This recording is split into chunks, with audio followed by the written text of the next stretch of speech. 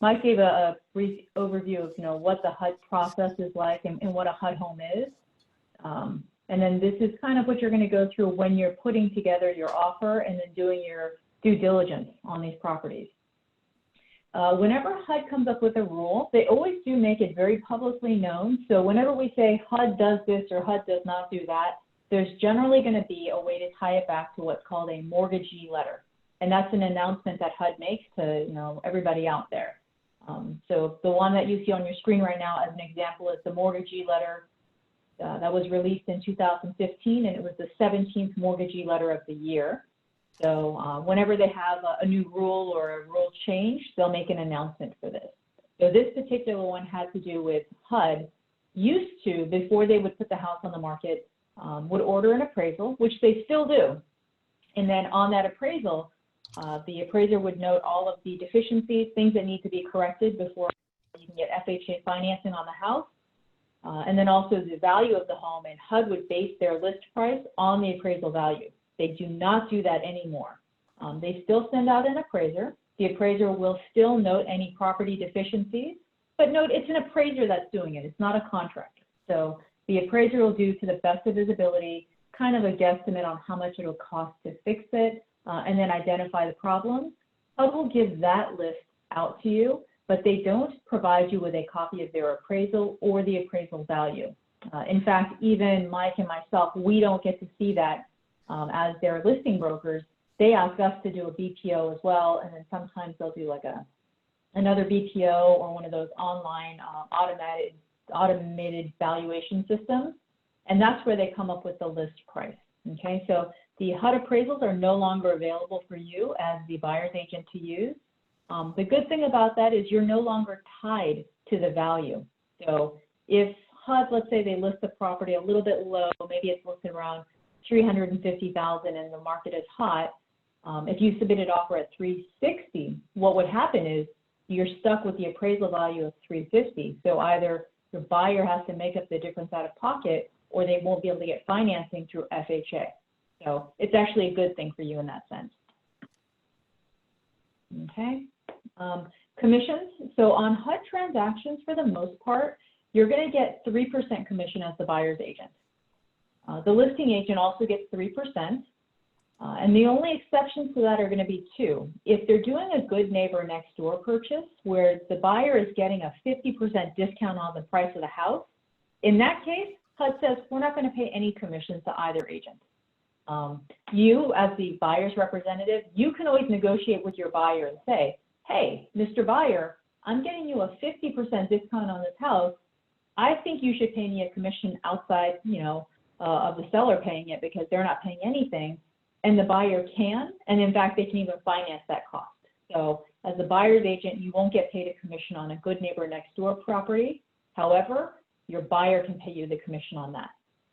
The other thing is on the commissions, it starts at 3% to you, and then you can actually negotiate it down if you want. And the only reason why you might want to negotiate that down is at the end of the day, what HUD is looking at when they're reviewing offers is they look at the offer price, and then they take away anything that they're paying in terms of fees. So they pay the 3% to the listing agent, and it's the same. Even as a listing agent, I can't change it if I represent a buyer. Then they take out whatever they're paying to the buyer's agent in commissions. It could be anywhere from 0 up to 3% of the purchase price. And then they're going to take away anything that they're going to provide as a credit to the buyer to pay towards closing costs. So it starts at 0, but you can ask for up to 3%. If you go all the way to 3%, what happens is that's going to be subtracted from that first offer that you give them. A very simple example might be for a $100,000 house, they would pay 3% or $3,000 to the listing agent. They would pay up to $3,000 to the buyer's agent, and let's say you take the $3,000. And then if the buyer asks, because it's set to 0, but if the buyer asks, they may pay up to 3% to the buyer's agent, which is another $3,000. What HUD sees is not a $100,000 offer, but they see the $91,000 net to the seller. So if it's a hot market or you think there might be a lot of competition, you may tell your broker, like, hey, are we okay with taking 2.5% commission instead of 3% commission if that is the difference between my buyer getting the deal and not getting the deal? As long as your broker is okay with it, then you can do that. And if your buyer needs 3% or $3,000 towards their closing costs, great. But if they don't need it and you talk to their lender and you're the one that's picking the escrow and the title company, you know that the buyer is going to pay for both the title and the escrow, but you know these companies and you know what their fees are. You may not need 3%. You may need 2% or even less than that. So it's really open to you. What HUD is looking for is the net offer at the end of the day, so be smart and be strategic. The offer price doesn't matter so much as what HUD is going to get at the end of the day. And also be careful of an appraisal issue, because if your appraisal value comes in short, HUD does not renegotiate the price. What they do is HUD is going to say, well, either you can pay the difference out of pocket, we're under contract for $450,000, your appraisal came in at $445,000. So your loan is going to be based on a value of $445,000, and then your buyer is going to have to come up with $5,000 extra out of pocket because the value is not there as far as the bank is concerned. Or the buyer can cancel the transaction and say, you know what, it's not worth it. That's okay. And then nothing is to stop your buyer from submitting a new offer on the house as soon as it comes back on the market. Just keep in mind that you will now be competing with every other buyer in the marketplace. So if your buyer doesn't want to compete again, they may be willing to pay the difference out of pocket, but the appraisal value is no reason for negotiations or renegotiations with the seller, okay? Mike kind of briefly told you about this, but there are two websites you need to know if you're going to be representing buyers on a HUD purchase. The first website you want to know is at the top of the screen. It says www.hudhomestore.com. And then the second one you want to know is the one that says towards the middle of your screen, blbresources.com. And HUD Home Store is actually HUD's nationwide website for all of their inventory across the country. Anyone can look at it. So it's a public website. Your clients can look at that website directly. If you want to submit an offer on a HUD property, that's where you go. But you can only submit an offer if you are actively registered and licensed in that state. So every broker of record has to get what's called an NAID number, a name, address, identification number with HUD, and that has to be renewed every year. And then if you work for a broker who has an NAID, you also need to register as a selling agent on the website, and you've got to have an active license number. So if I want to help my friend buy a property in Nevada, I'm not licensed in Nevada, so I would not be able to help them. They'd have to find an agent there that's registered with HUD and working for a brokerage that has an NAID number. All of your offers are submitted at hudhomestore.com. Because of that, the best place to check availability is the same website, because if it's not available on the website, you won't be able to submit an offer anyway. That's where you go to put in the offer. HUD is not like a regular buyer. There's not a whole lot of disclosures. Any disclosures that they have to offer, though, is going to be at hudhomestore.com. You pull up the property and there's a tab that says Addendum, and they will give you a one sheet of what's called a property condition report. When they send out their field services company to the property, that field services company, number one, will make sure that all of the utilities are off, because they do not want to have a property with utilities on that's sitting vacant. So they shut off all the utilities, and then that field services company does a, kind of a quick inspection. It's not an inspection company, but they'll look around and they'll see if there are any health and safety issues, any property deficiencies, and they'll note it on a piece of paper. That will be in HUD Home Store and available for you and for your client to view. As I mentioned before, they do send out an appraiser before they list the property for sale. So anything that the appraiser made note of for a property deficiency, they will also have that available for you to review. When you submit your offer at HUD Home Store, anytime up to the point where the buyer or the seller accepts an offer, you can log back onto that website. And if you log back onto your website using your username and your password, then you can pull up any offers that you've submitted, and you might have an option to either modify or withdraw the offer. prior to the seller reviewing it, you can make changes to the offer you submitted, or you can just pull it back all the way. So the question at the top of the page is, how do I cancel my client's bid? Before the seller has reviewed them, go to HUDHomestore.com and just modify it or withdraw it altogether. After your offer has been accepted though, then we go on to the next part of the transaction, and that is when we have a fully executed contract made available. It's all done now through DocuSign, so it's super easy. But with that, after we've got a fully executed contract, any cancellation, there's another form you would find at blbresources.com, and BLB Resources is HUD's asset management company in California. So let's say if your buyer needs to cancel the transaction after they do their home inspection, that's fine. Just go to blbresources.com, go to the form section and go to California, and there's going to be a form, a cancellation form. On that form, you fill in the information, what's the reason for the cancellation, if your buyer is requesting a refund of their initial deposit because the buyer's not at fault here and they want to get their EMD back, there's a box that you check, and then provide to BLB Resources any supporting documentation. Most common reasons for cancellation will be, after they do an inspection, or maybe the buyer's not even able to do an inspection. That happens in cases when, let's say, the plumbing is damaged and the field services company goes out there, and what they do is they make sure the water is off, but then they're also going to try to put some pressure into the system. They'll put like an air compressor up against the pipes and see if it holds pressure. If it does not hold pressure, they make a note on there and it'll say, system does not hold pressure. It is not okay to turn on the water at this house. After your buyer has accepted the offer, if you had not noticed that anywhere, then maybe you go to turn on the water and the field services company says, no, you're not allowed to, because we know that there's a leak somewhere. We don't know where it is. We don't know how bad it is, but there's a leak somewhere.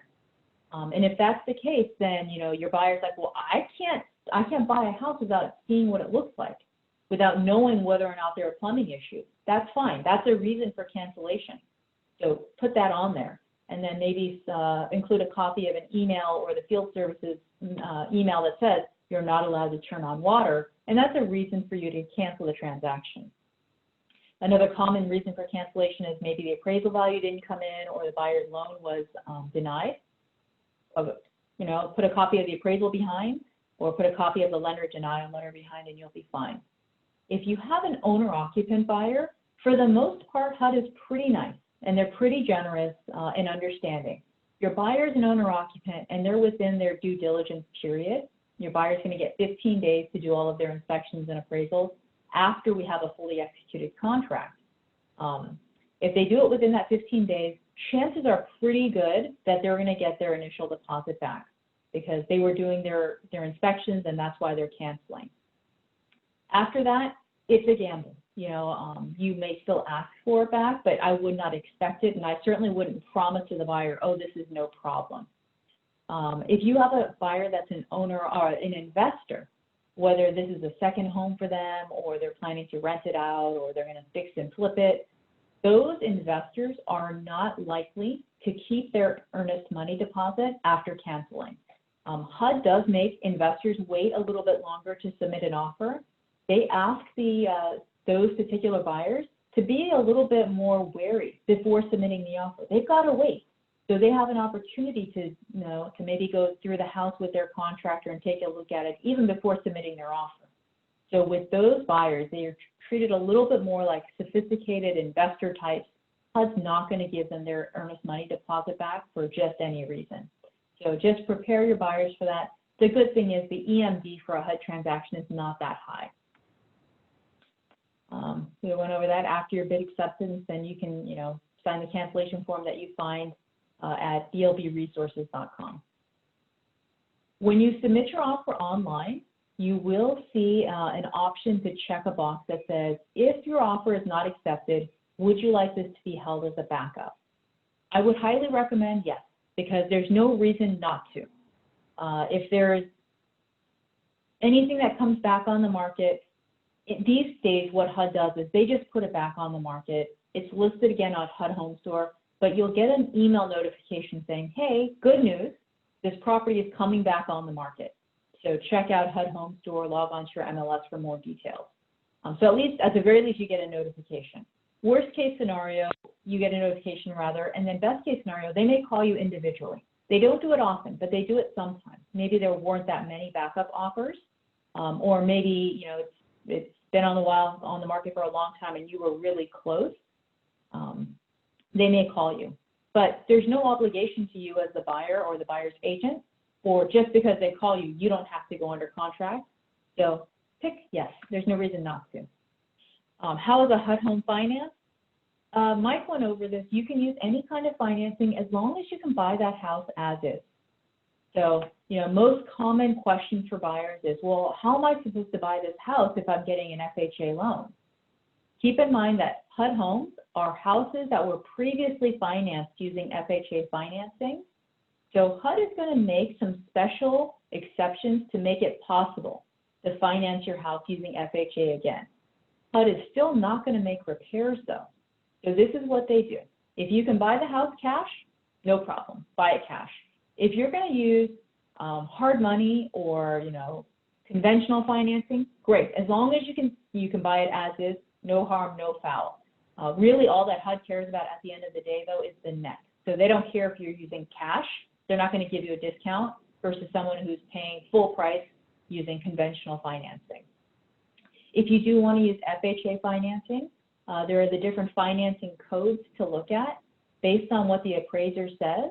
HUD's going to make a code, a notation at HUD Home Store. This property can go FHA 203B, which is kind of like just the basic regular 203 FHA loan, as is. If you see IE, that means there are some things that need to be repaired, but it's going to be less than $10,000 in repairs. So what they allow a buyer to do in this case only is if you're buying a HUD-owned property and you're using a 203 regular FHA loan, you can actually add to that loan amount up to $11,000 to cover the cost of minor repairs. So we still buy the house as is, we close as is. After closing, the buyer will make the repairs that are necessary, and then they'll call their lender and they'll say, hey, remember I had to change that water heater that was leaking. Remember I had to patch the roof, things like that. It's all done. Now what do I do? The lender has been holding back that extra money that they funded, and they have it set aside, and they say, great, we're going to send someone out there to go take a look at it, and then make sure you have all of your paid invoices in hand. So the appraiser comes back out and they look and they say, okay, well, water heater looks good. It looks like it's connected pretty well. It's got the strapping. They take some pictures. And then they look at the roof and they say, okay, the roof has been patched, it looks good. Give me a copy of your invoices. If they were holding back $11,000 for that and you have invoices for $11,000, what they do is they release that money to you because you fronted it. And then any balance that you did not use, let's say all the repairs are more like $6,000, it didn't cost $11,000. If that's the case, then $5,000 will be reduced from your principal balance, and then you'll get the money that you paid out, which is $6,000. In no instance will HUD allow you to make money on that and then get cash in your hand in addition to whatever you paid out. If you decide instead of patching the roof to get a whole new roof and it costs more than $11,000 total, they can only give you back what they are holding for you. Okay, so that's how it goes. But any type of financing is okay as long as that house can be bought as is, and all that HUD is looking at is the net offer to them. So they don't care if your buyer is purchasing with cash. If you're working with an investor and they want to use hard money financing, from the beginning, just say, we're going to use hard money financing. No harm, no foul. HUD only cares about the net to them at the end of the day anyway. We went over this already. Can you get a copy of the appraisal? No. And we don't see it either. So this is fine. It's not a big deal. HUD is very strict about their as-is policy. Under no circumstance is the buyer allowed to touch the property prior to taking possession at the close of escrow. And HUD is also not going to make any repairs. If the lender does their appraisal for the buyer and they say, hey, there's a bunch of stuff that needs to be fixed, it's not going to be fixed during the escrow period. It has to be done by the buyer after. So whether they use that FHA 203B with a repair holdback, or they change to an FHA 203K where they completely, substantially spend money to improve that house or maybe add to the house, or if they have like a conventional rehab loan where they're going to make some repairs after, everything's going to have to be done after close. But if the lender says, oh, well, it's just minor, all we need to do is, change out the water heater and we're good, we can do a regular loan, no, it's not possible. HUD will get very upset. We have to do a lot of inspections on these properties, and as soon as we see a change, we are obligated to our client to report that. Our worst case scenario is this. What if the buyer hires someone to do work and it's not done in a workmanship-like manner? The water was shut off at the house, so the plumber thought everything was fine and cool, nothing is leaking, but as soon as the water gets turned on, water is everywhere. The house is flooded, there's floor damage, maybe there's mold. Who is responsible for that? Another worst case scenario is, so the buyer puts in a brand new water heater, and then right before close of escrow, they lose their job. And the lender says, oh my gosh, you know what, we did another verification of employment. We found out that you're being let go. We can't do this loan for you. What happened to the water heater that was just put into a house? You're not allowed to take it back. Once it becomes attached to the house, it belongs to the house. You go and try to take back a water heater that you installed, that's basically stealing government property. You don't want to do that. We do not encourage it. So make sure that your buyer, your lender, everybody is aware that these houses are sold strictly as is, and the buyer is not allowed to make any repairs prior to the close of escrow.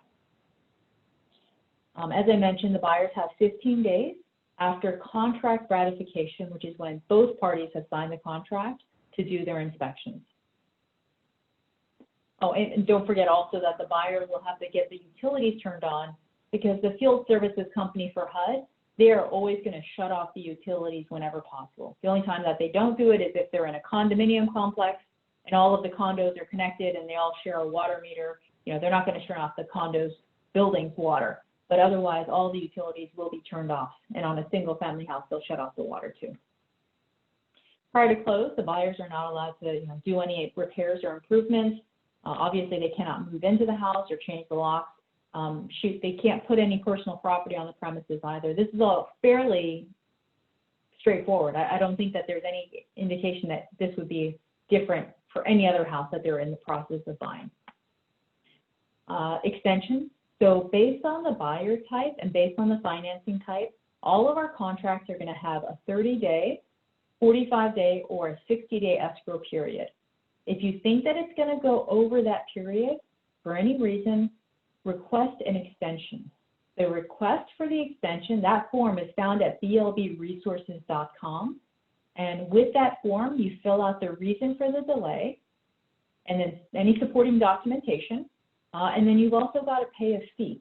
So if let's say we're under contract for anything more than $50,000. In our market, that's safe to assume more than $50,000 is our purchase price. The fee per day is $25, and you buy a $15 package. So the extension fee is $375.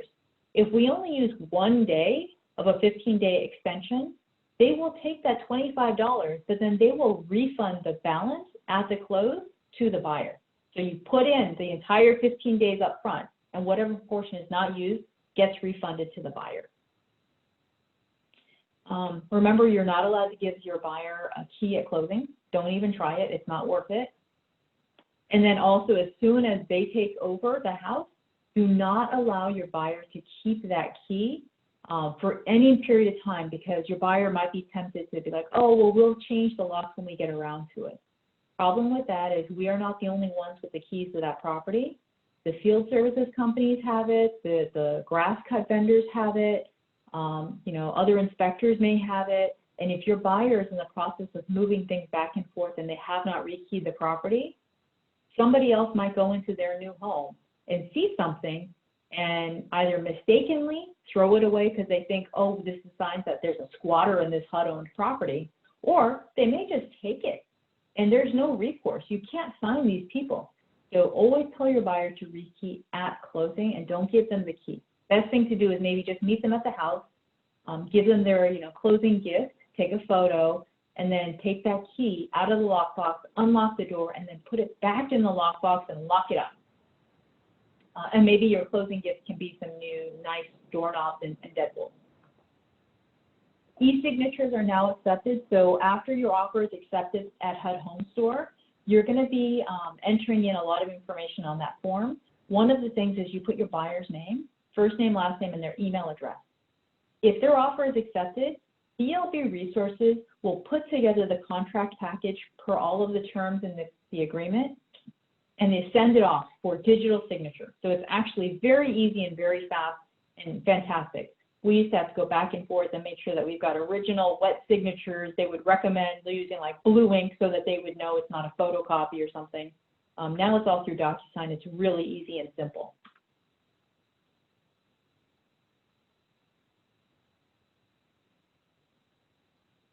So if your offer is accepted, what you do is you log on to your account at HUD Home Store, and you'll see on this screen here where it says Verify Bid, and there's a checklist. You click on that, and it's going to give you all of the initial startup to get that contract package going.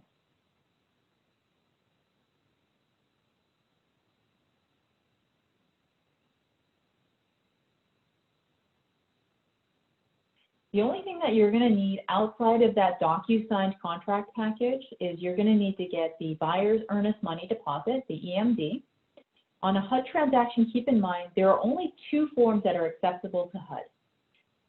They don't want to hear, oh, the buyer is going to wire their money, or here's a personal check. We're going to give it to the escrow company.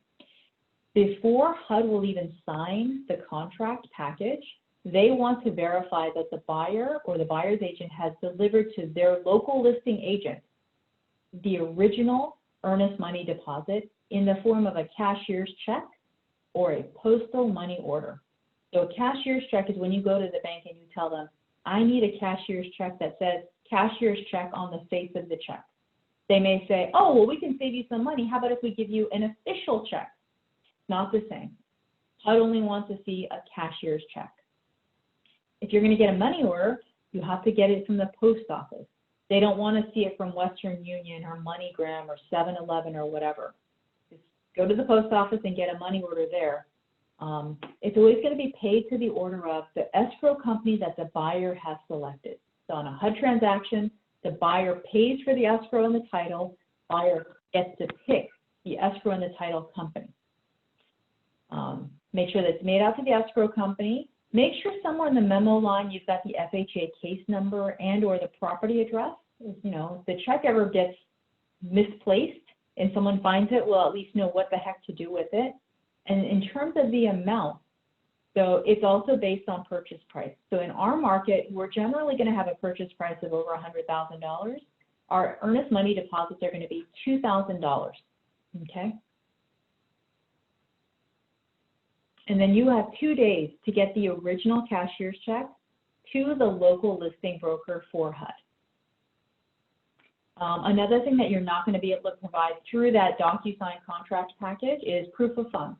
So make sure that you get this from the buyer ahead of time. I mean, if you're a buyer's agent these days, if you're smart, you're definitely going to check to make sure your buyer is pre-approved before you put them in the car, before you set up any showings. It's such a pain in the butt with some of this COVID stuff that I can't imagine people are just like, oh, great, let's go look at houses. So make sure you've got that pre-approval letter. Call the lender and get it updated. Get it updated with the correct address. Get it updated with the correct amount. Maybe they were approved for up to $500,000, but they only need a loan of $420,000. And just make sure that the loan amount is correct. Make sure that the purchaser's name is on there, and then the loan type. Make sure it's on there as well. Okay.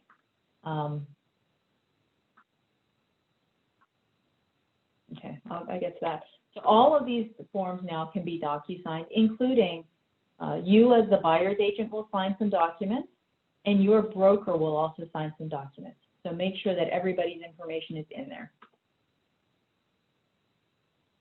If your buyer is any kind of an investor, whether they're a corporation or an LLC or a trust, include copies of the documentation, especially to show that the person who's signing the documents is an authorized party to sign. Okay, so If this is like the Doe family trust that's buying the house and the person who's buying is John Doe, the documentation for the trust will say that, you know, John Doe is acting on behalf of the trust. He's the trustee. Agency disclosure, this is not going to be through DocuSign, but you definitely want to get this done. It's the only CAR form that we use on a HUD transaction. So we want to make sure that the buyer is aware of who is representing them and who has their best interest at heart. We get a lot of questions about, well, what about when we have city presale inspections or point of sale requirements in California, like a carbon monoxide detector has to be installed, smoke detectors have to be installed. Who's going to take care of that? You're absolutely right. These things may have to be done, but the seller does not have to do them. So what we ask the buyer to do is sign an addendum acknowledging the buyer is aware that these things are required. The buyer is responsible to do these things as soon as escrow closes, okay? So the buyer is acknowledging that they know that these are required and that the buyer is acknowledging that they will be 100% responsible to complete these requirements at close of escrow after they've taken possession. City presale, you know what? I don't know how HUD does this, but they are able to get out of the obligation of providing them as the seller, but the buyer can and should go down to the city and they should order the pre-sale inspections themselves, okay? There is going to be a little bit of documentation that we can help you with that says the seller does not have to do this, the buyer is allowed to do this, and here's the proof, okay? Because HUD is a government agency, they are a little bit more powerful than, you know, let's say even a bank. If the bank says, oh, we don't want to do it on an REO property, they still have to, but HUD does not, okay? So if you need any help with that, just reach out to the local listing broker and we have the documentation or we can get it for you. As I mentioned, you know, all the utilities get shut off by the field services company for HUD. We call them the FSM, field service managers. When you go to order your inspections and your appraisal and you have to turn on the utilities, what you do is you reach out to the field service manager and you say, hey, I want to turn on the water and the gas and the electricity at this house. There's a form. And you can actually find it at the BLB Resources website as well, but HUDHomestore.com might have the information or a link to that particular field services company. And then if you go to that field services company website, they'll have the utility request form as well. Buyer is responsible for turning on the utilities. And only for a short period of time, long enough to do the inspections and the appraisal, then you turn them off. HUD does not want to have a house that's sitting vacant with a bunch of utilities on. Our worst case scenario is a flood or a leak or a gas leak in an explosion or, you know, someone with some unsafe electrical practices, you know, maybe if some neighbor wants to borrow the electricity with an extension cord, there could be some bad things that happen. So HUD just says, we understand, you can turn them on as long as the field services company says it's safe. Turn on the utilities, but then turn them off as soon as you're done. Okay, if you have any questions about the process, I mean, it sort of is what it is. And the great thing about being on a training like this is that you are aware. You're not really in a position to try to go around HUD. HUD is too big. You know, they get to make these rules.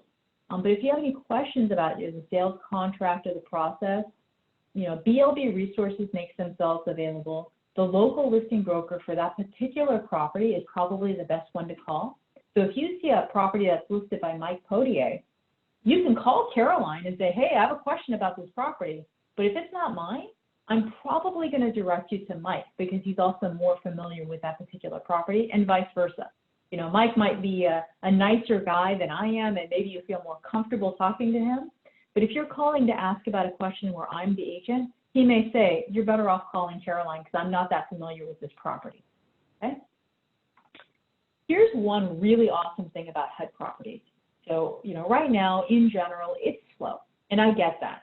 And even most of the time, if you're working and you don't have a whole lot of inventory, sometimes you're kind of like, well, you sort of need stuff to be able to talk about having stuff. You know, great thing about HUD is they say, we would like anybody who is qualified registered with HUD, and trained to advertise our homes for sale. Because as the owner of the property, HUD would love to see their home sell faster and for more money, and they would love to have just a great presence in the marketplace. So as the owner of the property, HUD automatically says, you are allowed to advertise our homes for sale. You do not need to call that listing agent and ask their permission. The seller says yes, as long as you follow their rules, and you just need to know their rules. First rule is to always advertise their homes in a professional, ethical, and positive manner.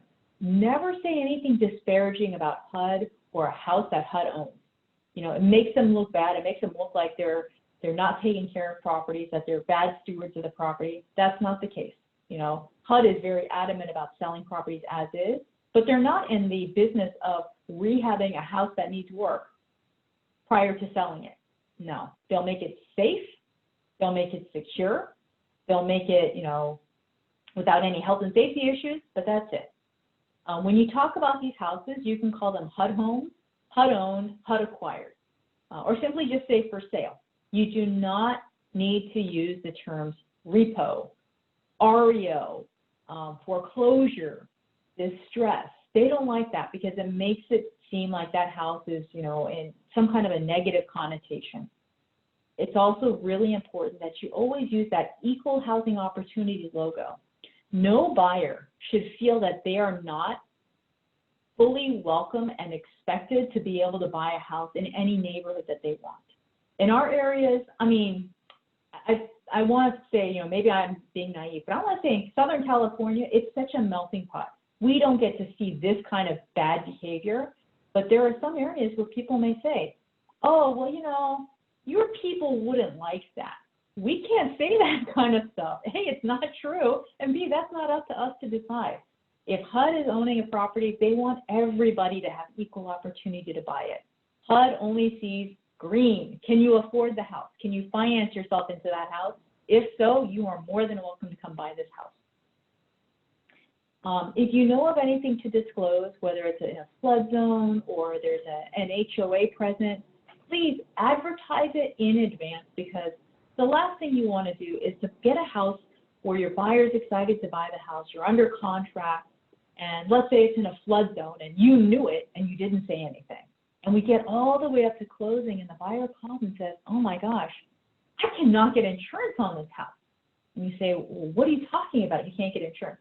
It's in a flood zone and you knew, but your buyer now, they can't buy the house. If you knew from the beginning that this is in a floodplain, let your buyer know so they can start shopping that insurance early on.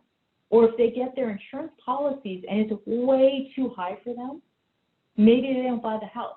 But if they're going to cancel, I'd rather them cancel 6 days in rather than 6 weeks in, you know, when you put all of that time and effort into it. If there are any rules that you have to follow in terms of advertising or marketing, always follow the strictest of the rules, okay? So if the county rule is more strict than the state rule, go by the county rule. When you're showing these houses, they should all have super lock boxes. Make sure that you use the super key. HUD wants to be able to track the activity inside of those homes, and we as the listing brokers also want to be able to track the activity. In case anything happens to the house, we can reach out to all of the buyers' agents who have shown the house prior to that point. So let's say we go out and let's say a neighbor calls us and says, hey, someone broke into this house. Oh my gosh, okay, we're on it. When did you notice this? And maybe they say, well, we were out of town, and when we came back on Sunday night, we saw that the house was wide open.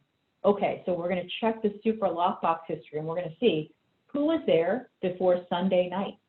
And we'll call each of those buyer's agents and say, hey, when you were out there, did you notice anything? And the person who notices it and then doesn't say anything, we kind of suspect like something happened right around your time. So, but if you notice anything, let us know right away so that we can investigate, and always use that HUD key. Nowadays with this COVID thing, I know more and more agents are putting those CBS codes, the call before showing codes, on the Supra. So you're not allowed to just go out. You might need to have your buyer sign a PED form ahead of time, okay? If you see that a house is listed for sale at HUD Home Store, feel free to put it on your website. Feel free to market that house. But don't use a house that's maybe not available anymore. Or if you see a house that's for good neighbor next door is only available for certain buyers. You know, a police officer, a firefighter, an EMT, a teacher. If you are not one of those buyers, you don't get to buy a house for 50% off. So don't put a big old ad in the newspaper saying, call me to buy this house for 50% off, because you're going to get flooded with phone calls. And what's going to happen is when you tell the buyers, oh, that's not for you, they will file complaints. They may file complaints with anyone from, like, you know, your real estate board to the DRE to, shoot, maybe like a congressman. And if that's the case, that congressman is going to call HUD and they're going to say, what is going on here? So when you advertise a home for sale, make sure it is available to everybody that you are advertising it to. Make sure that you're not using anything that's going to be misleading or misrepresenting yourself to the buyers. HUD takes consumer fraud very seriously. So if there's anything that's going to confuse the buyer or make them think that they're going directly to HUD by going to you, that's going to be a, you know, you may say, oh, it's a miscommunication or misunderstanding. The buyer may see it a little bit differently, and then HUD may see it even more, you know, severely than that. They may say, hey, you know what, you're defrauding the consumer. We don't like that. You should never state or imply that the price of a property is anything other than the price that you see at the HUD website. And then don't ever give out the HUD keys, of course. Okay. I mentioned this before. Don't refer to these houses as distressed or repo or foreclosed. Just say, you know, a HUD home, or you can even say government home. You know, it's kind of gray area, but that's fine. You're not allowed to make a flyer that you're going to leave at that property, and you're not allowed to put a sign at that property. But you are more than welcome to make flyers and walk around the neighborhood and do door knocking. And on there, you know, if let's say if it's one of my listings, well, you don't need to put listing agent Caroline Gim. You can put your name as for more information call with your name. You are not misrepresenting yourself as saying this is listed by. You're not saying that you're the HUD listing agent for it. You're just saying this house is for sale. Here are the details. For more information, call me. And on the back of that flyer, you could have a bunch of other HUD properties for sale, and they can call you about any one of those, and that's okay. That's not breaking the rules. You know, where can you advertise? You can get creative. You know, you can use the newspapers, home magazines. I mean, those are all kind of expensive because it's print advertising, but now everything is online. And there are websites that you can spend a little bit of money for, and then there are still plenty of websites that are free. The only thing is, like, let's say, for example, Zillow. You can't advertise on Zillow because I think you've got to check a box saying that you are the listing agent. But you can do like a YouTube video tour. You know, you can film yourself going through the house and like showing all the features, or if it's a fixer property and you're kind of going through, maybe you and your contractor get together and you're like, hey, you know, let's have some fun. Let's go through the house, and you can point out all of your recommendations and how much it would cost to upgrade this to granite countertops and stuff like that. Do that. Make a YouTube channel, and then just point people at it. You know, put an ad on Facebook and be like, hey, you know, here's a renovation property that might be great for you. And then link them to that YouTube channel where, you know, you shot a video with a contractor so your buyer can really see what is the possibility with that house. And maybe you pick up an extra buyer that you wouldn't otherwise. And maybe you pick up a seller who's like, gosh, I need an agent who's doing something like this working for me. A lot of possibilities out there. So if you don't have personally a ton of inventory to be able to go and get creative and do marketing, use this. Use this for practice. There's nothing wrong with that, okay, as long as you're following the rules that we went over. I think what I'm going to do now is I'm going to share a different screen. And while I'm looking, Mike, I hope that you're online and you're answering any chat questions and letting people onto the. I don't have any chat questions right now, but I'm happy to handle any questions if people would like to add them, or they can actually unmute themselves. Okay. Okay. And while you're doing that, I'm going to try to find the websites that we need.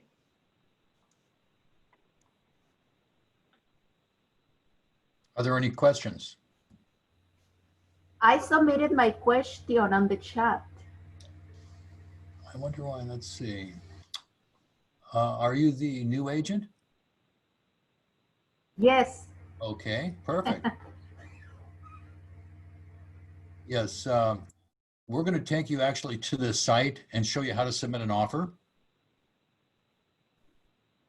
So what you'll need to do, you'll need to register under your broker's NAID. And Caroline, once she has the site pulled up, we're going to walk you through that, okay?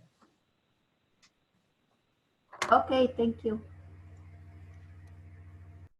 Okay, sorry, I'm doing this off screen so you're not looking at me trying to find this. Any other questions? Yes, I have a question regarding the listing price on HUD Homes. Yep. I'm not sure if I'm understanding this correctly, but you guys did mention that there's no appraisal. So what's the price based on if there's not appraised value? Yeah, that's good. Yeah, HUD actually orders an FHA appraisal for valuation purposes. They also order a BPO, a broker price opinion from their local listing broker. Mhm.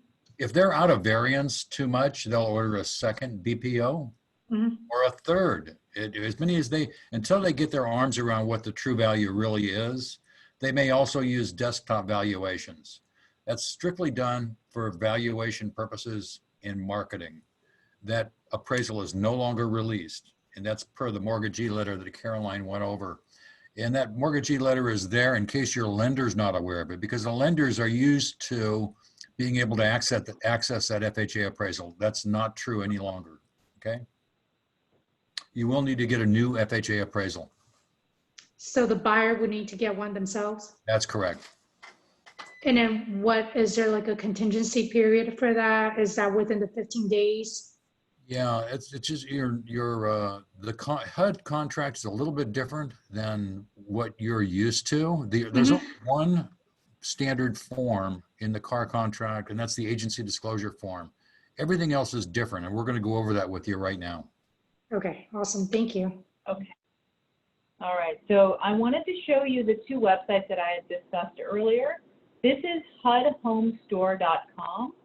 This is HUD's nationwide website that's publicly available, and you as the buyer's agent can also go on, and there's a slightly different version that you see after you log in, or if you're setting up your account to begin with, you go here where it says register. The second website you need is blbresources.com, which belongs to the asset management company for the state of California. So basically on a HUD transaction, anything all the way up to the point of getting an offer accepted is going to be on this website. When you go here to begin with, remember I said that your broker needs to be registered with HUD? Here on the home page, you see where it says NAID application portal. This is going to be the responsibility of your broker of record. Every year, they need to update this. And the very first time, you're going to go here for the application, and then you're going to have to provide some information, documentation, and then every year after that, your broker needs to recertify that info. And that's in order for you to sell a property, you have to work for a broker that's registered with HUD. Now, if you are an agent yourself, after your broker has a NAID registration, you go here to register, not public, but as a bidder. Under your bidder registration, you go to your NAID type. Your listing or your broker will be a selling/listing broker. You will create a username and a password, simple enough. In case you forget that, they offer you some of these security questions.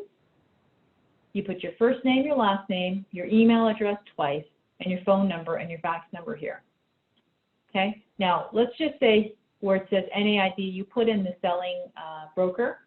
Your role there is, are you the principal broker? Are you an associate broker? Are you a selling agent? Let's just say I'm a selling agent. I don't have a broker's license. Well, what is your broker's NAID? You put it here. If your broker doesn't have an active NAID, you're not going to be able to get very far. And then you put in here your license number. And it has to be your license number that you put in and not somebody else's, because, well, you'll see this when you submit the offer, but just make sure you know the difference between your license number and someone else's. And then the date of your license, the state that you're licensed in, and your expiration.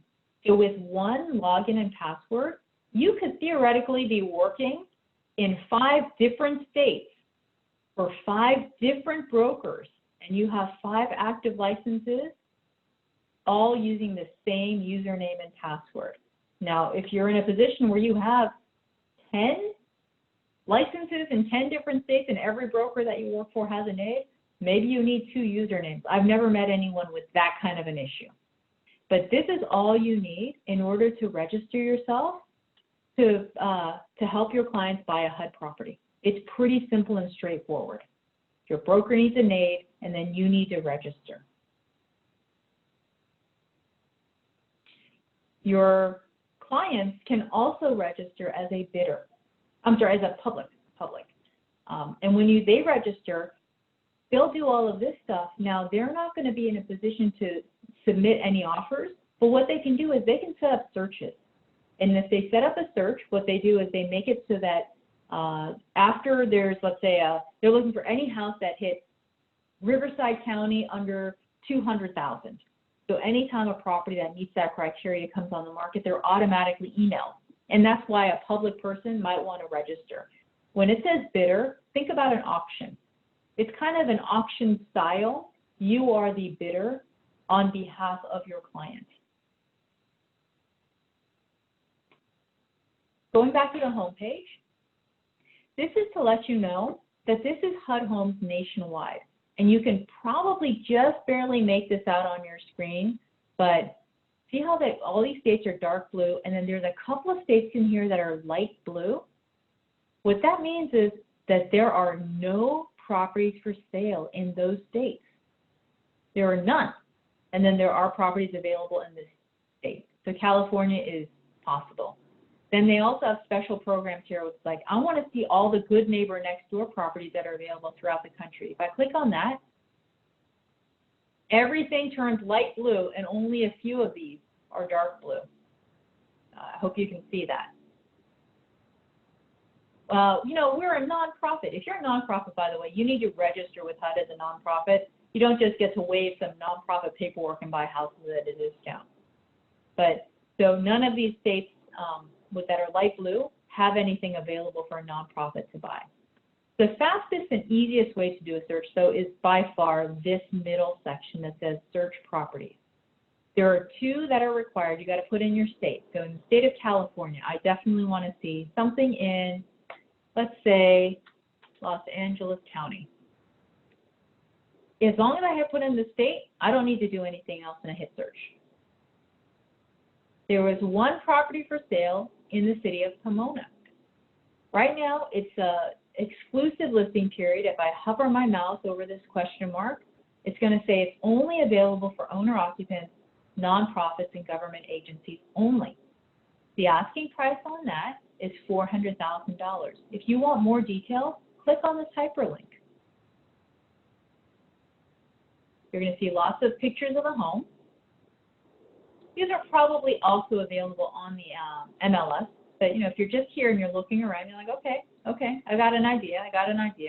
Here are some of the basic details about the house, the address, the bed bath count, the square footage, the year built, the type of home, the lot size, the list date. So this was just listed today, or maybe it's as of today. I'm sorry, it's as of today. So they were good. The listing period is still exclusive, which means it's only available up here. It says owner-occupants, nonprofits, and government agencies only. And then it says here the period deadline. This period deadline also matches up here where it says bid submission deadline. If you want your offer to be considered, get your offer in the next 1 day and 8 hours and 39 minutes, because that's when the bids get cut off, and then the next morning, HUD is going to review all of the offers that are received up to that point. If you go here, you see is like they've got some tabs here. Amenities is a fairly recent tab. This wasn't there, but this is just some other information about the house. It's on a flat foundation, and it's got a 2-space garage. So I don't know if it's attached or detached. What you do want to see, though, is addendums. There's a lot of addendums here. You don't need necessarily all of these. So a lot of these say GNND. So these are things that have to do with the Good Neighbor Next Door program. You're not likely to be working with them on a Good Neighbor Next Door property, but they do make this available in all of their listings. So you can always look here just if you're curious to know, oh, what do they do for employer verification? But the one that you want to know is, where is the, I'm looking for something. Oh, disclosure, right here, where it says disclosure, PCR LBP disclosure, and I'm just gonna save it wherever. So this property is an IE, so it's insurable with a small escrow of under $10,000 or $11,000. This is what the appraiser noted, that there are missing carbon monoxide detectors. There's a damaged window, there's some defective paint, some damaged siding and soffit, and there's some HVAC damage per the PCR. The next page is actually the PCR or the property condition report. And this is the stuff that the field services company noticed when they went out to the property. So they tested, for example, they tested the electrical system using a generator. The electricity was turned off, so they took a generator and they put it up against the electric panel to get some power, and they checked. Well, the AC, some of the ducting is missing, you know, the AC condenser might be missing, the furnace seems to be okay. The wiring seems to be okay. Now, this is not to be, you know, mistaken for an actual inspection, but you get the idea. And then pressure test pass. Remember, I told you for the plumbing system, they're going to put like an air compressor up against one of the pipes, and they're going to see if that system holds pressure. So the plumbing at this property, it seems to be okay. Probably not perfect, and you may want to change out, you know, the fixtures. Maybe you don't like the way the kitchen faucet is, or, you know, whatever, but it at least holds pressure, so you know the plumbing system's okay for now. The water heater, they're not testing the water heater, but they looked at it and visually it passed their inspection. For the sewer and the septic system, everything looks okay, and then what they did is they also poured in some water and antifreeze into the drain, probably flushed it once or twice to make sure that the drains are working okay. And then the roof looks okay. Based on what? Visual. They're not going up on the roof, and these are not roofing contractors, but they're just looking at the roof from the ground up, and it looks okay to them. The lead-based paint disclosure, I mean, there's nothing for HUD to disclose because HUD doesn't know of anything that's going on. If your buyer is an FHA buyer, by the way, your buyer's an FHA buyer and they're using FHA, or I'm sorry, if their owner occupants using FHA financing and the house is built before 1978, HUD will actually automatically order a lead-based paint inspection. And if the inspection comes back with some deficiencies that need to be fixed and the remediation costs less than $4,000, HUD actually does that automatically, and it's no cost to the buyer. And it's not going to be a part of the net offer reduction to HUD. So that's actually a freebie type of a repair that your buyer can get if they use FHA financing. If they start off with FHA financing and then they decide that they have changed their mind and now they want to go conventional, they're actually going to get a bill for any work that's been done. So be careful. You know, don't change your financing without being aware of what might happen. And then also, if your buyer is an owner-occupant using FHA financing only, HUD's going to order a termite inspection, and HUD is going to do chemical treatment. So whether it's just spot treatment with, you know, they go around the house spraying some chemicals around, or if they have to fumigate altogether, HUD's going to cover that. They don't do any wood replacement or wood repair, though. So it's just a freebie that they give to FHA buyers on a HUD-owned property. And this is the kind of addendums that you see. So really, there's a ton of things to look at, but the one that you care about is this one here for the disclosures, PCR, lead-based paint disclosure. Okay. Maps, oh my gosh, if you don't know how to find a house on your own, you're in trouble, but here you go. They're letting you know where it's located on the map. And then if you want to know like the agent information, this is the local listing broker for HUD. You'll also find this person's information on the MLS. If you have any questions for the field service manager, remember I said they have a website here. If you go to Guardian's Asset Management Company, or the field service company, they should have a form here. This is the utility activation request.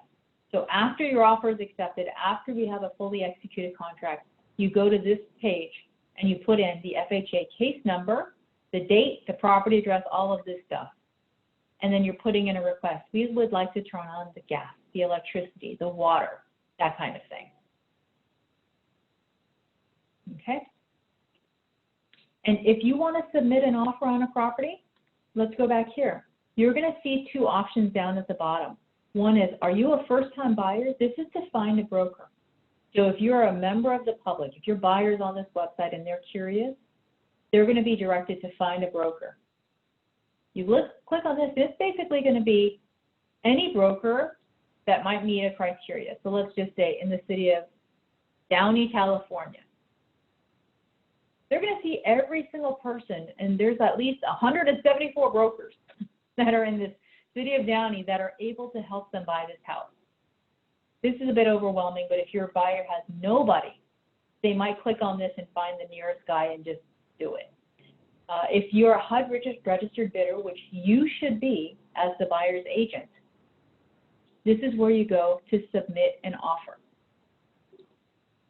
Okay, now here where it says your NAID type, I'm going to put selling broker, the NAID, and you know what, I apologize. I'm going based off of memory, so this may not work, A364, something like this, A3TR. It may or may not work. And then here I put my license number. And the reason why this is so important is because whoever's license number is in here, this is where the system is going to notify you. They do a cross-check. Oh yeah, we know this agent with this NAID number, and if the offer is accepted, whatever email address you had set up when you initially registered with HUD, it's going to go there. The most common mistake we see is sometimes the agent, they don't know their license number, or they don't realize, and they put their broker's license number, or they put their office manager's license number here.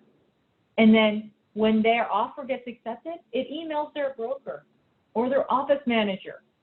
And the office manager is like, well, we have 200 agents here. I have no idea which one of my agents submitted an offer on this house. The problem is you only have 2 days to get everything over to HUD. You only have 2 days to get the earnest money deposit over to the listing broker. If it takes 3 days to track you down, by the time you realize your offer has been accepted, it may be too late. And then check here that you're not a robot. I think I have my EXXTR.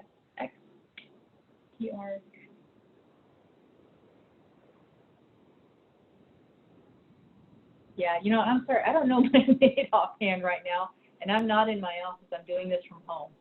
Caroline, use Boardwalk. Okay, Nate, what's your name? BRDWLK 3717 And what's your license number, Mike? 00458 210 00458 210.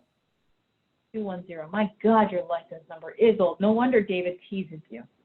And Mike is also not a robot. Okay.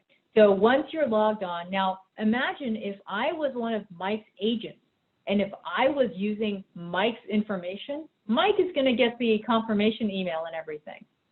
But besides that, the list price here is $400,000. How much is my offer going to be? Let's just say it's $400,000.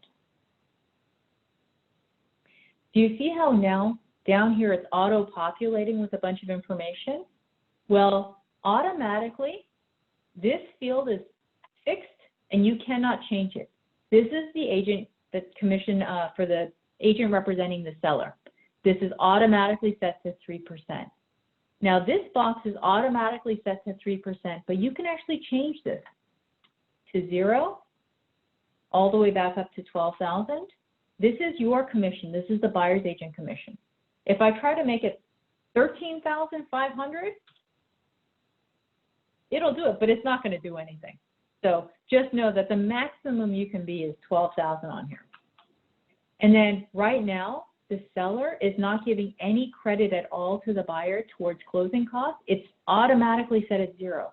But let's say we need $10,000 to help with the closing costs. Notice what happens to this net as soon as I hit enter. Oh, whoops. As soon as I hit enter, this went down from 376 to 366. So this is the offer. Now don't forget to let them know what kind of financing is your buyer using. Cash, conventional, or anything other than HUD/FHA. And then within the FHA, is it going to be a 203B, like it's financeable as is? And that's going to be a finance code of IN. Is it a 203B with a repair escrow, which means there are repairs, but it's going to be under $10,000? Then it's going to be this one, 203B repair escrow, or 203K, or a 203K streamline is also considered the same, where you're going to be making some substantial remodel, repairs, or additions to the house. And you let them know ahead of time. They don't care because it does not change this. At the end of the day, this is what HUD is looking at. You're going to let the buyer, or you're going to let HUD know what kind of buyer are you representing. Because this is the exclusive bidding period, it can only be an owner-occupant right now. You are not able to even submit an offer for an investor and have them look at it later on. You'll have to wait. A nonprofit would actually have their own NAID, so they don't need you to represent them. So when they log on, this is already checked for them. And then same thing for other government agency. If there's going to be a city that's going to buy some properties from HUD, whatever, they get their own NAID. They don't go through an agent, and this box is already checked for them. Remember I said, if the seller does not accept the offer, do you want them to hold the offer as a backup, yes or no? Just say yes. There's no reason not to. Okay? And then you're going to have to verify, is this buyer in any way, shape, or form related to, you know, the asset management company, the field services company, the appraisers, the local listing brokers, the closing agent. So if your aunt is an escrow officer, do not use your aunt. You're not allowed to use anyone that's related to you for any of this. Is anyone in any way, shape, or form like part of the management or the oversight of HUD-owned properties? Yes or no? And you're gonna have to do some, you know, be honest here, because if you defraud the government, that's a big deal. And then are you a selling agent or a broker that's also a purchaser or has an ownership interest in the purchase of the property, yes or no? And I think if the answer is yes, you don't get any commission. So just FYI, that is what happens. Then here, you're going to put on what kind of a buyer are you? It's automatically checked to an individual, but let's say your buyer is an LLC. Well, you can't check this box right now because, hey, you can only be representing an owner-occupant. So an owner-occupant is going to be an individual. That's it. They can't be an LLC because an LLC cannot occupy a property. You can buy it as an individual and then transfer to an LLC later. If you're not going to be living in the property, you've got to check this. I don't even know why they make this available, unless, of course, if you have a second buyer or a third buyer who's going to be helping with the loan but not living in the house. Put in the social security number once, twice, make sure it matches. The name as they want it to appear on the title. If you call your buyer Jimmy, but his name is James, make sure you put James on there because that's probably how he's going to take title to the house. Your buyer's current address, email address, and like I said, for DocuSign, this is where they send everything, and then the phone number and then the cell phone number. So we're not using this to call your buyer directly. You don't need to be concerned with that. This is more for HUD and for BLB resources to be able to reach out just to confirm things, or if they're having an issue with the DocuSign, they call the buyer's agent first, but sometimes they may need to call the buyer directly. But the listing agent, I don't see this, I don't care to see it, and I'm never going to call your buyer. You have several buyers, you just keep adding a purchaser, adding a purchaser, adding a purchaser. So you can do up to 4, okay? And this is when not living in property might make sense because maybe the son is buying it, but then his parents are helping him with the purchase. Okay, they'll all be on the contract. If you're selecting the escrow and the title company, make sure it's someone who is registered with HUD. So they will have like the registration number here. It's kind of like the NAID for them. It's called BSCA ID, Buyer Select Closing Agent ID. So you'll have all the information to put in here. And then this is auto-populated with the information I put in. Remember, Mike provided me with his NAID, and then Mike gave me his license number. If you are submitting an offer and you see here that this is not your info, go back and start over, please. And then this is where the email will go to get the signature stuff for the brokers, for the broker. So if Mike was an agent and he had a broker of record, this might be different, okay? And then it's letting you know if this bid is awarded, you are responsible for reviewing the bid information and submitting the required documentation within the accepted bid checklist in HUD Home Store or within 2 days, 2 business days of award notification. Continue, okay? And I'm not going to hit continue because I'm not actually going to submit an offer. But there are so many of these fields that I've left blank that it still wouldn't let me. And that's as simple as it is to submit an offer on a HUD transaction. You submit the offer and then you wait. We already remember seeing that the bid submission deadline for this particular property is 8/8. Okay, so it might be, what is that, tomorrow night at 11:59 Central Time is like 10 o'clock for us. So get that offer in before tomorrow night. Now, tomorrow being Saturday, they're not going to notify you until Monday. Okay, but get your offer in because they may treat an offer that's received on Saturday afternoon before that deadline differently than an offer that comes in on Sunday afternoon after that deadline, okay? And that's it. This is what the HUD website it looks like. It's pretty simple, pretty easy. When you're, I'm going to go back to this property, in fact. Normally, our partner David does this portion of it. There's this cool thing where you can print a property flyer. You could be so lazy that you could just go and print this. And it's got all the information you need. And you can stick your business card right here and then take it down to FedEx or Kinko's or whatever and then print it out. For more information, call so-and-so. And just go door knocking with this. It's easy, really, really easy to do.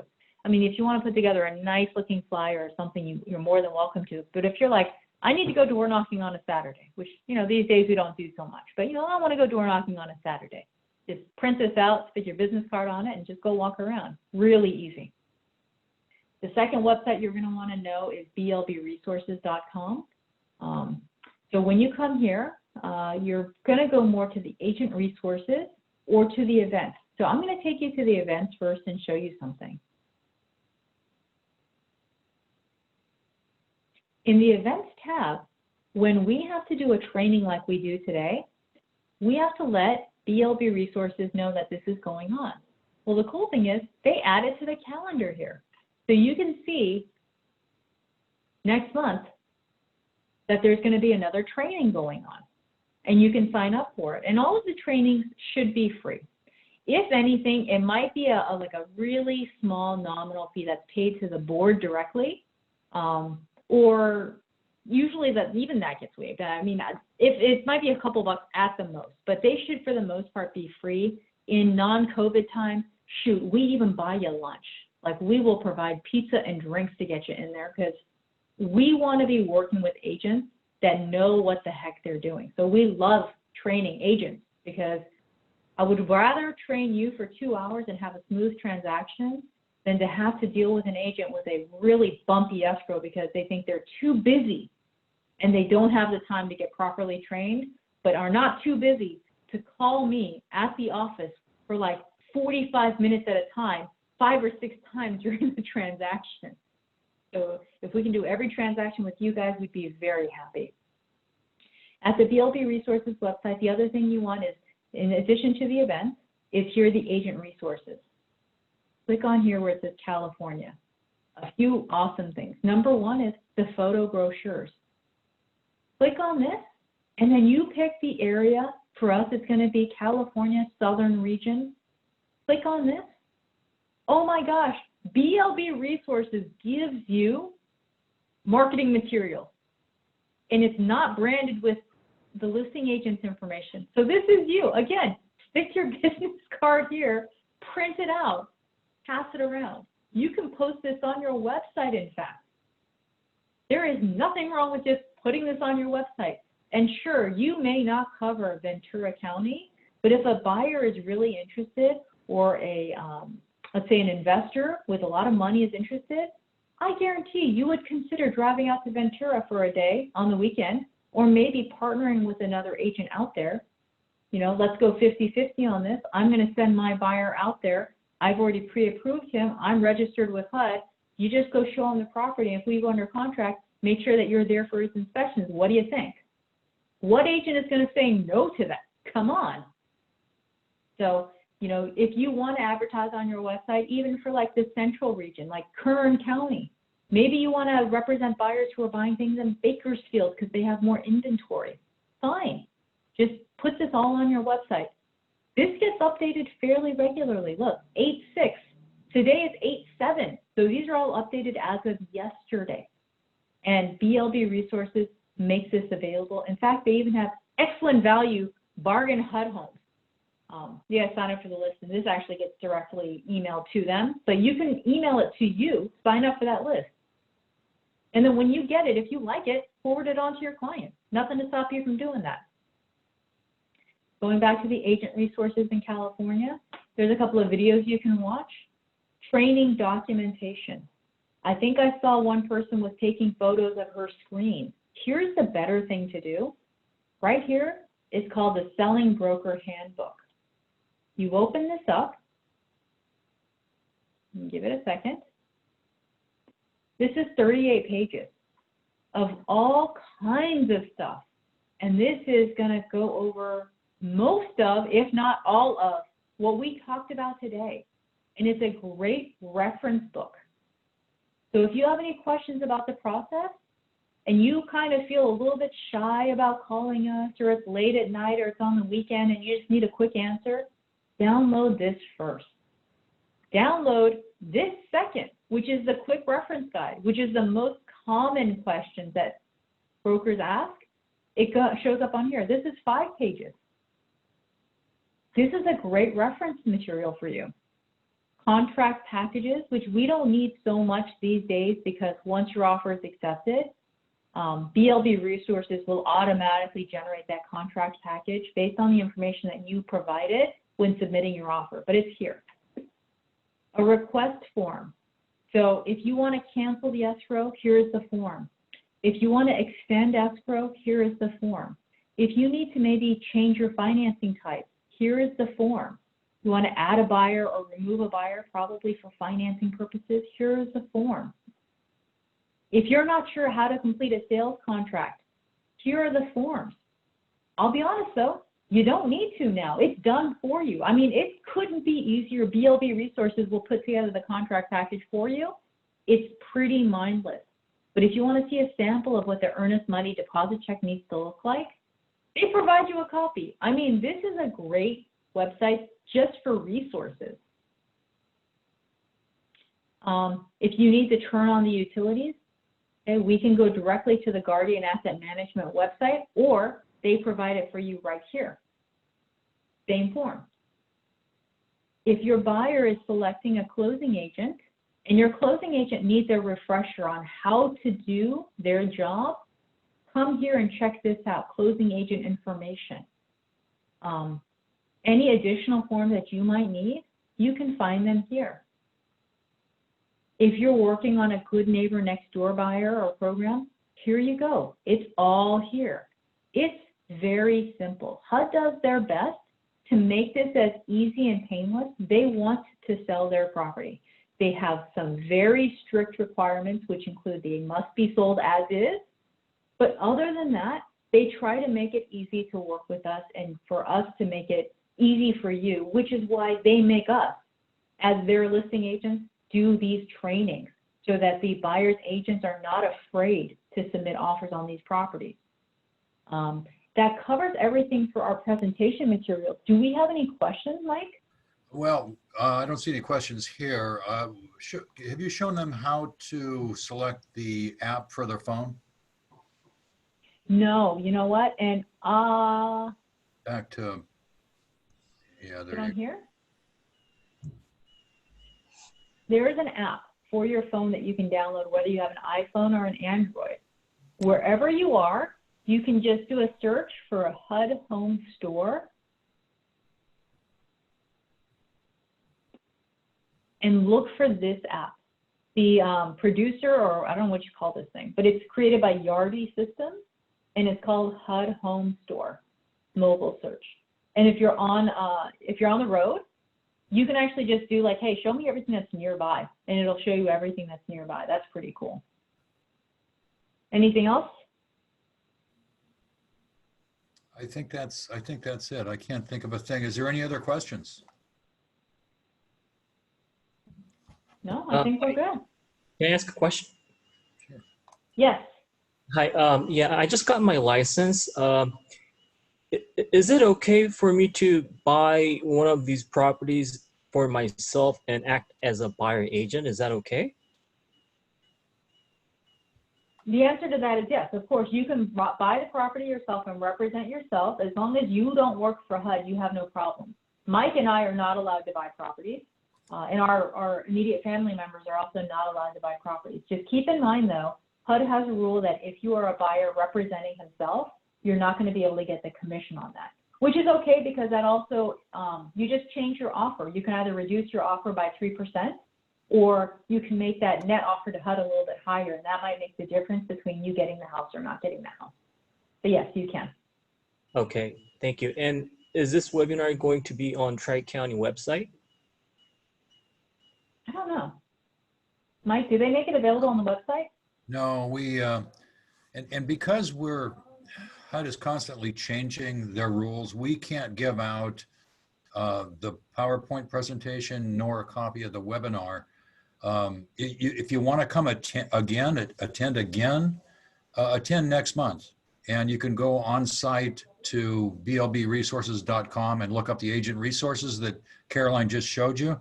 We have a calendar of events of trainings that are upcoming. This is the way HUD has directed us to behave because rules are constantly changing, practices and protocols are constantly changing.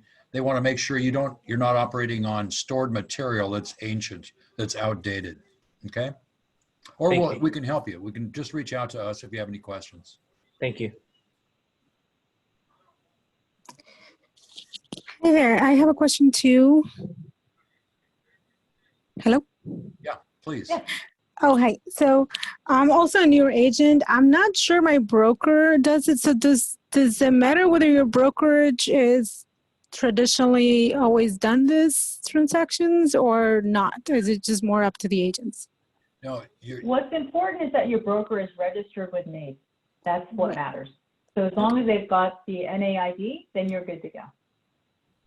Excellent. And Thank you you. should encourage your broker to take these training classes as well. If you have a large office after this COVID the COVID stuff is lifted, we do trainings at some of the larger offices too, where the managers will say, we've got like 100 agents and we would love to have you come in and do a training for us. We'll do that. Okay, thank you. Yeah. any other questions?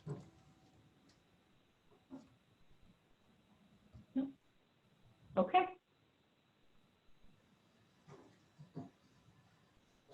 Thank you all for attending. Really do appreciate it. Let's sell a bunch of HUD homes, okay? Excuse me? Let's sell a bunch of HUD homes. Thank you for attending. Thank you. Thank you. Hello, I do have a question. Dude, Yes, I would like to know how can the broker register to get an AID number? If you can still see my screen here, that's the HUD Home Store website, where it says NAID application portal.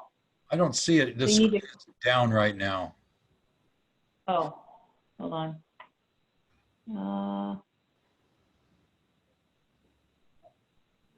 There it Do you is. see it now? Yes. Okay. So here on the home page, go to NAID application portal, and then you click here. This is where your broker needs to go.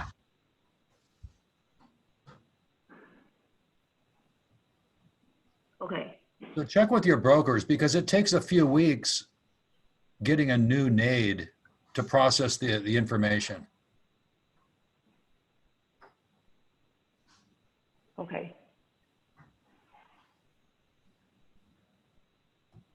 Do they go online and just register online? Again, have them come to this website, go to HUDHomestore.com and click on here. Okay. All right, thank you.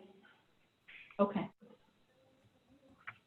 All right, great. Mike, I think you've got the host control, so you're going to be the one that ends this. Are there any other questions before we end this webinar? No, thank you. It was great. Thank you for attending. Thank you. It was very Thank helpful. Have a you. great weekend, everyone. Bye-bye. Thank you. Stay safe. Bye. Bye-bye.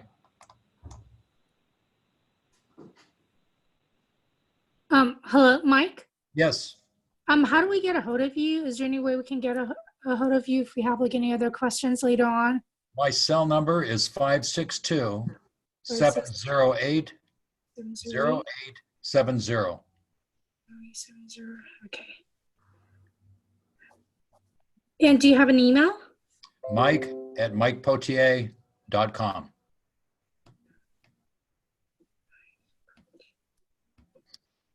And you can always find me on BLB Resources website as well, HUD Home Store. Okay. Okay. Got it. All right. Thank you. Any others?